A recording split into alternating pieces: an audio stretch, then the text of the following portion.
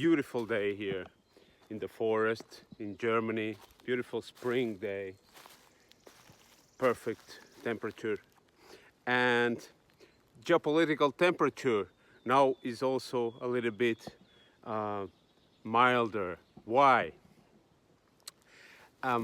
Chancellor Scholz of Germany wants to talk now with Putin. Half year later, last time they have talked was in December. Of course, there are many things happened in the meantime. In the meantime, the allies, this huge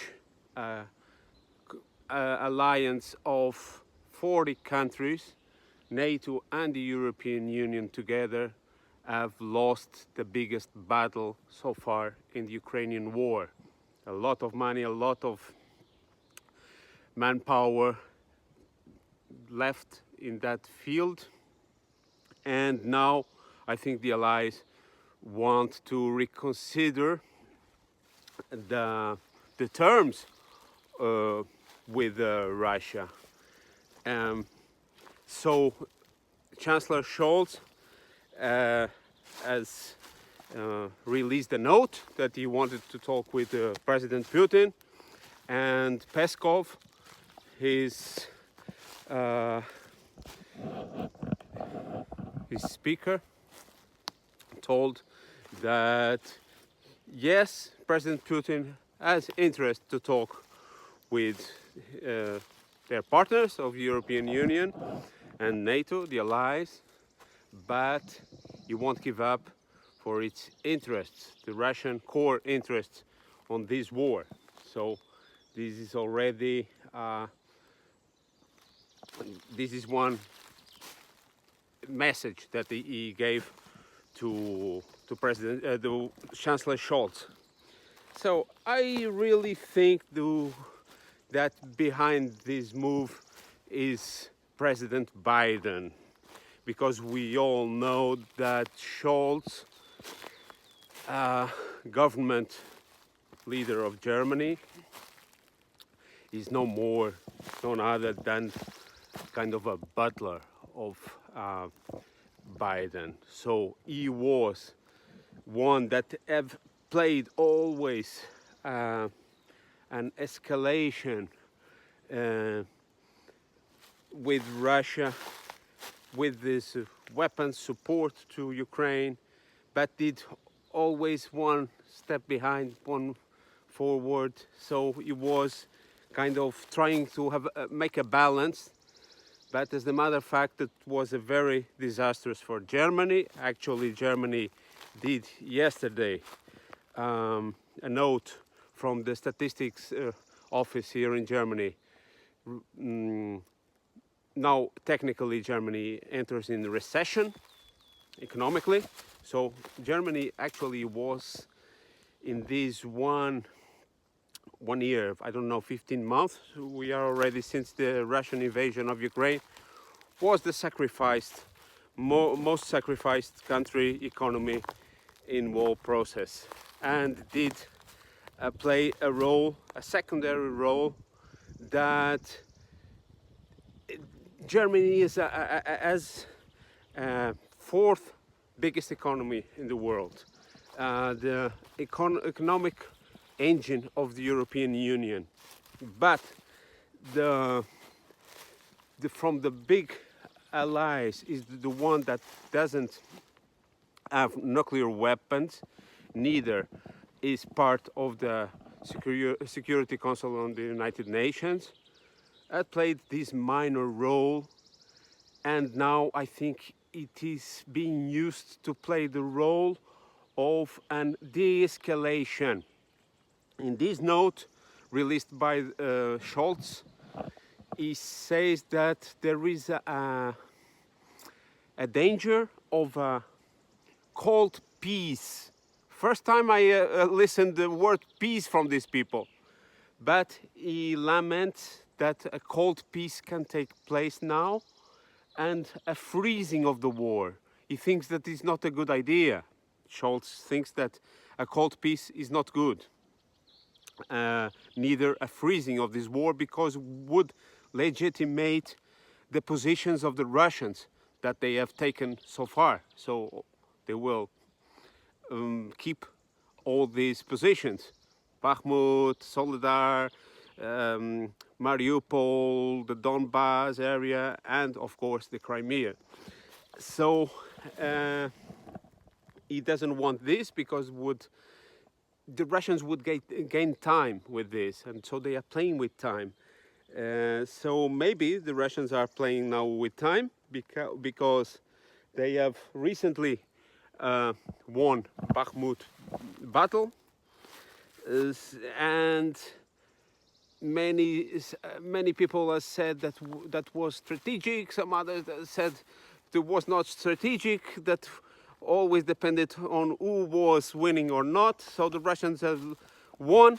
Now they say that was not meaningful. Actually, Sunak from the Great Britain, he was in the parliament and he said he made a triumphalist speech on the house, talking just after losing Bakhmut. Was a very, very tragic comic, because it is a parallel world these people are living in. But the matter fact is that this release by Scholz comes right after the Bakhmut battle has finished.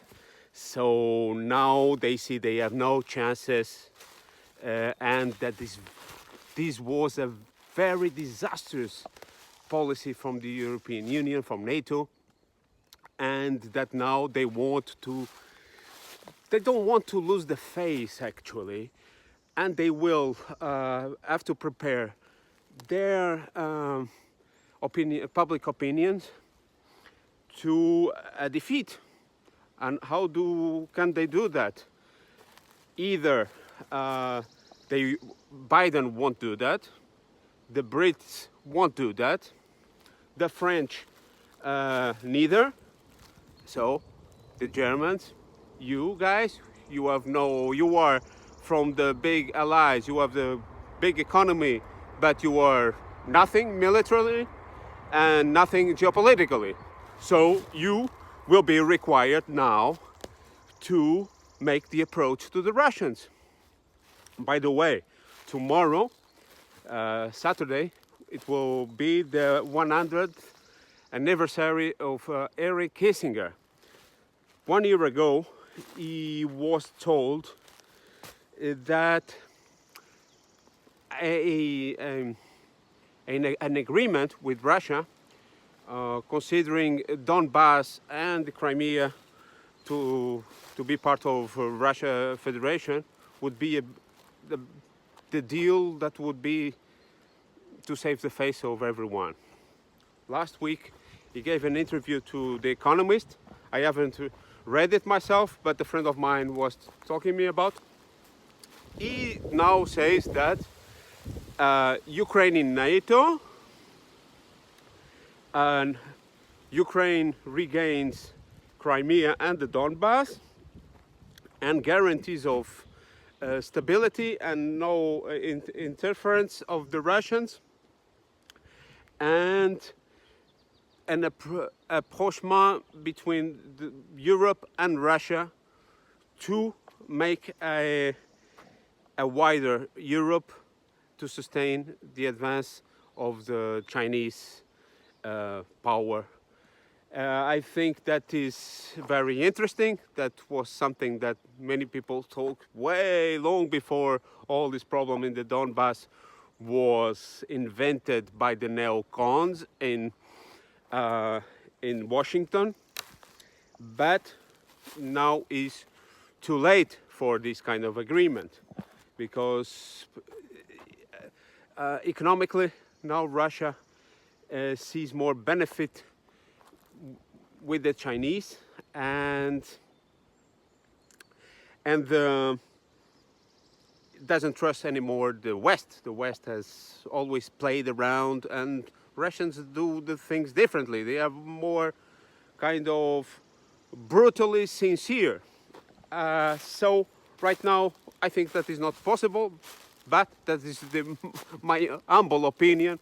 Henry Kissinger has a different opinion.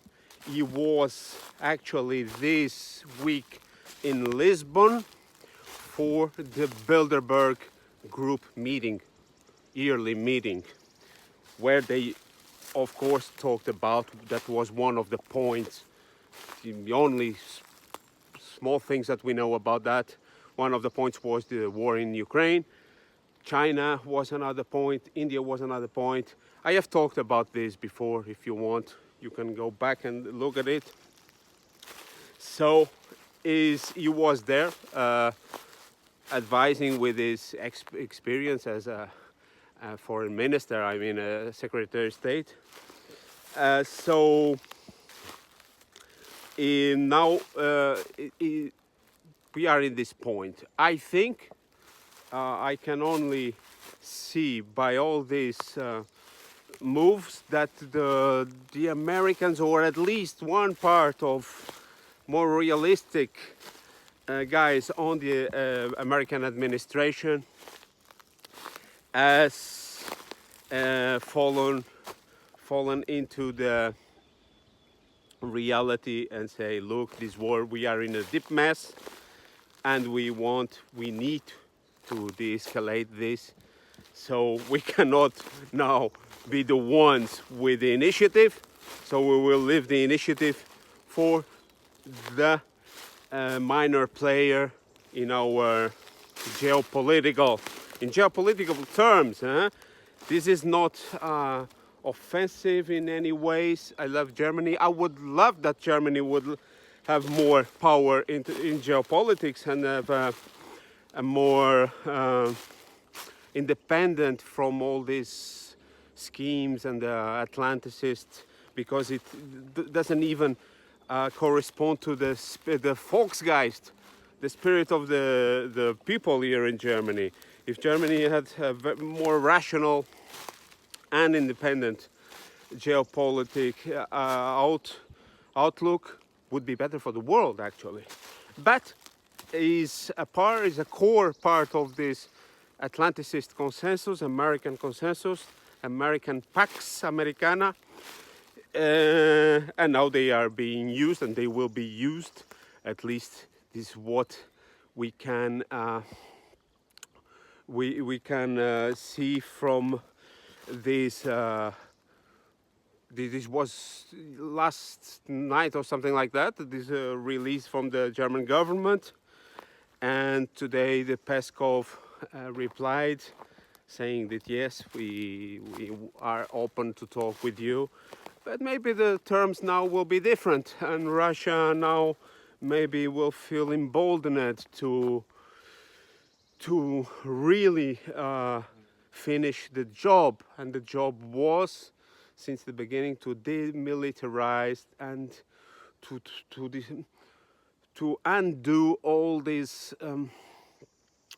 infrastructure that was risen from Maidan in 2014 in Ukraine. So maybe they want to take Kharkiv, or they think they can take Kharkiv and Kherson, the other side, this side, the western side, Odessa, and maybe Kiev.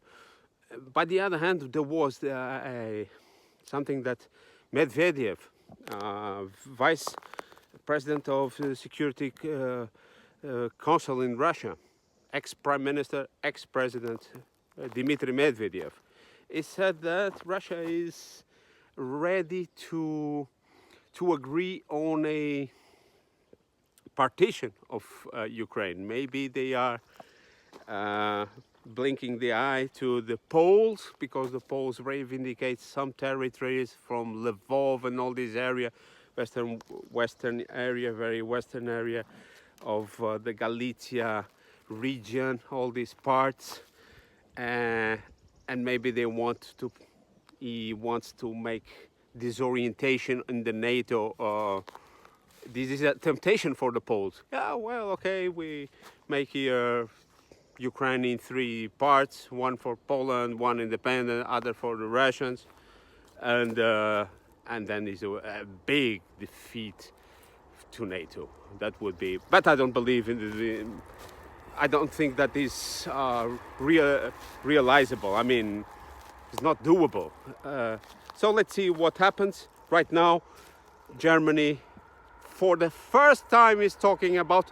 Also, Scholz even told that, well, sooner or later, Moscow has to agree with Kiev. Oh, hello! Yet now he thinks about.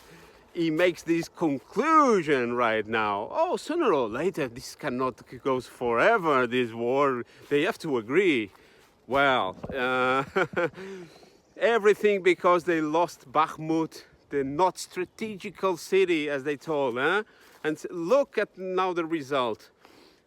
A lot of things will happen, but for the first time they are talking about agreement.